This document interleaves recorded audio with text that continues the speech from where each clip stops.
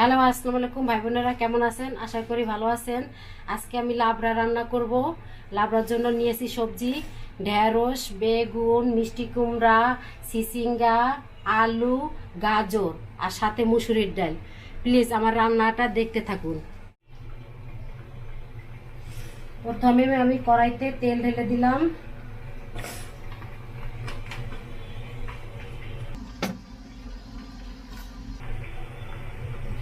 এখন এক এক করে সব সবজিগুলা আমি ভেজে নিব। ঢেঁড়স দিয়ে দিলাম তেলে, কারণ এটা একটা আঠালো সবজি, আঠালো আঠালো হয়ে যাবে, এই জন্য এটা তেলে ভেজে নিতে হবে।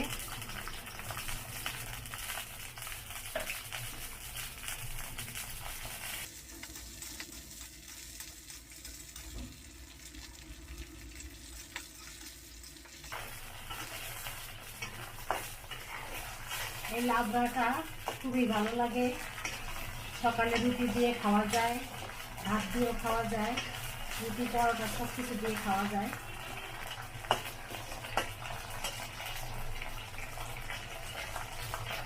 এখন আমি বেগুন দিয়ে দিব,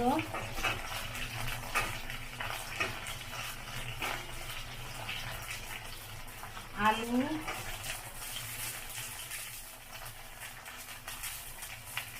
চিচিঙ্গা,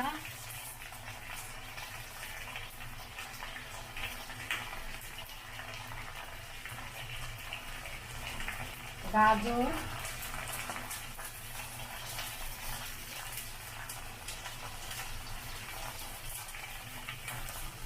মিষ্টি কুমড়াগুলো এখন দিব না, যেহেতু মিষ্টি কুমড়া অল্পতেই সিদ্ধ হয়ে যায়, এগুলো মিষ্টি কুমড়া পরে দিব।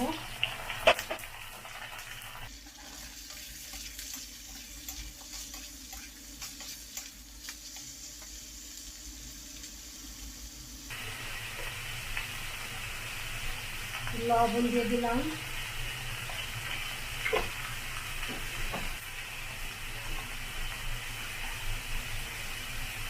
একটু হলুদের গুঁড়া,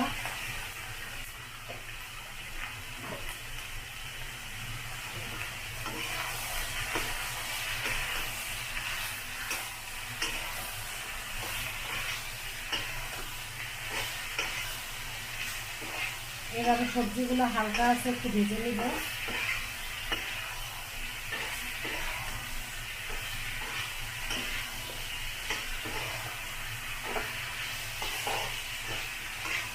এভাবে সবজিগুলো যদি ভেজে লাবড়াটা রান্না করা হয়, লাবড়াটা খুবই মজা লাগে।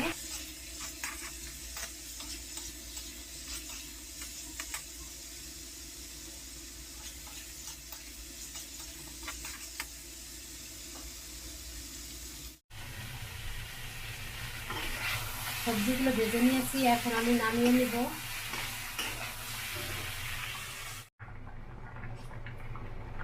কড়াইতে আমি তেল ঢেলে দিলাম,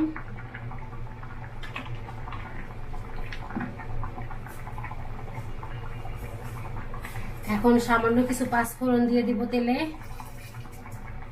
কারণ লাবড়া পাঁচফোড়ন ছাড়া মজা হয় না।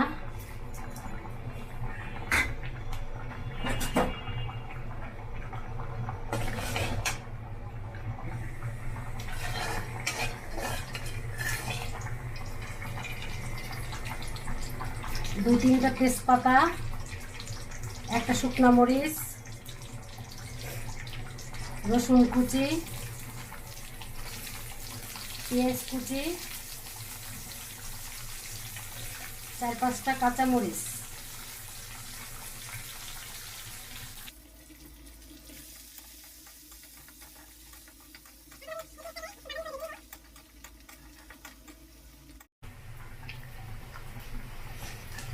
পেঁয়াজটা বাদামি করে ভাজা হয়ে গেছে, এখন আমি মুসুরের ডালটা দিয়ে দিব। 1 কাপ পরিমাণ মুসুরের ডাল এখানে ধুয়ে রেখেছি।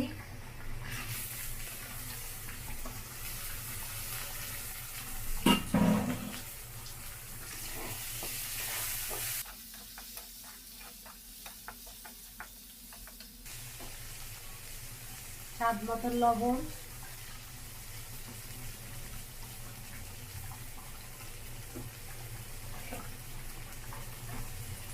পরিমাণ মতন হলুদের গুঁড়া,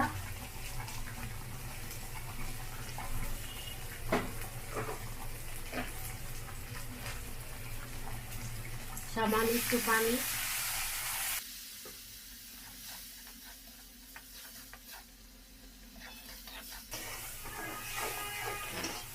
ডালটাকে ভালো করে আমি কষিয়ে নিব।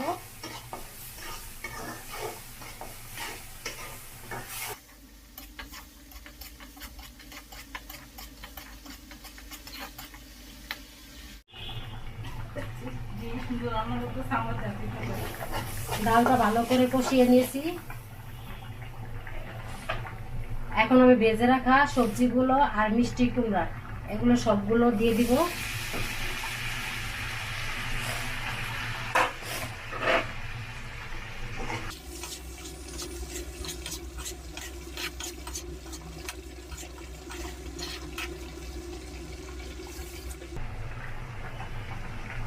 পরিমাণ মতন পানি দিয়ে দিব।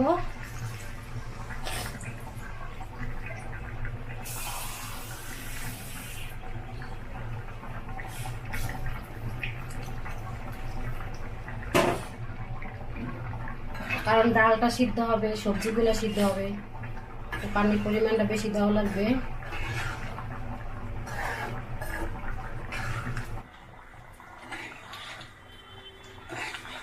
লাবড়াটা সম্পূর্ণভাবে হয়ে গেছে।